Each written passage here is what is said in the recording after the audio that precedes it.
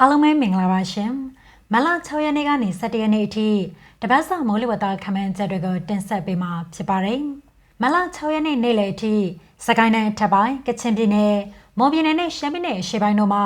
နေရာကွက်ကြားမိုးထစ်ချုံရွာနိုင်ပြီးရွာရင်ရာနှုန်း60ဖြစ်ပါတယ်။တရနိုက်တိုင်းကရဏီကယားပြည်နယ်ကရင်ပြည်နယ်ချင်းပြည်နယ်ရှမ်းပြည်နယ်မြောက်ပိုင်းနဲ့တောင်ပိုင်းတို့မှာတရအသေးနဲ့ဖြစ်ထွန်းပြီးကျန်တိုင်းနယ်ပြည်နယ်တွေမှာတော့အများအပြားတာယာပါမယ်။မြမကန်ဝရန်တခြားနဲ့ကမ်းလွန်ပင်လယ်ပြင်တို့မှာလှိုင်းအသေးနဲ့ရှိမှဖြစ်ပြီးလှိုင်းအမြင့်က4ပေကနေ6ပေခန့်အထိရှိနိုင်ပါတယ်။လာမယ့်မလ10ရက်နေ့ကနေ10ရက်နေ့အတွင်းဘင်္ဂလားပင်လယ်အော်အတွင်းမှာလေဝေးလိုင်းအသစ်တစ်ခုထပ်မံဖြစ်ပေါ်လာနေတဲ့အတွက်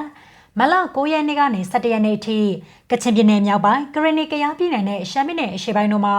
မိုးအသင့်အတင်းကနေနေရာကွက်ပြီးမိုးများနိုင်တယ်လို့သိရပါတယ်။မလ9ရက်နေ့ကနေ17ရက်နေ့အတွင်းအထူးသဖြင့်တာချီလိတ်မြို့မှာ24နာရီအတွင်းမိုးရေချိန်1.38လက်မခန့်ရွာသွန်းနိုင်ပါတယ်။ဒါအပြင်ရှမ်းပြည်နယ်တောင်ပိုင်းမွန်ပြည်နယ်နဲ့ကရင်ပြည်နယ်တို့မှာလည်း24နာရီအတွင်းမိုးရေချိန်3.4လက်မခန့်ရွာသွန်းရရှိနိုင်ပါတယ်။ဒါပေမဲ့ရှမ်းပြည်နယ်အရှေ့ပိုင်းလောက်မိုးများနိုင်မှာမဟုတ်ဘူးလို့လည်းသိရပါတယ်။ဒီအပိုင်းအတွင်းမှာကြမ်းတိုင်းနဲ့ပြည်နယ်တွေမှာတော့မိုးရွာနိုင်မဲ့အခြေအနေမရှိသေးဘူးလို့သိရပါတယ်ရှင်။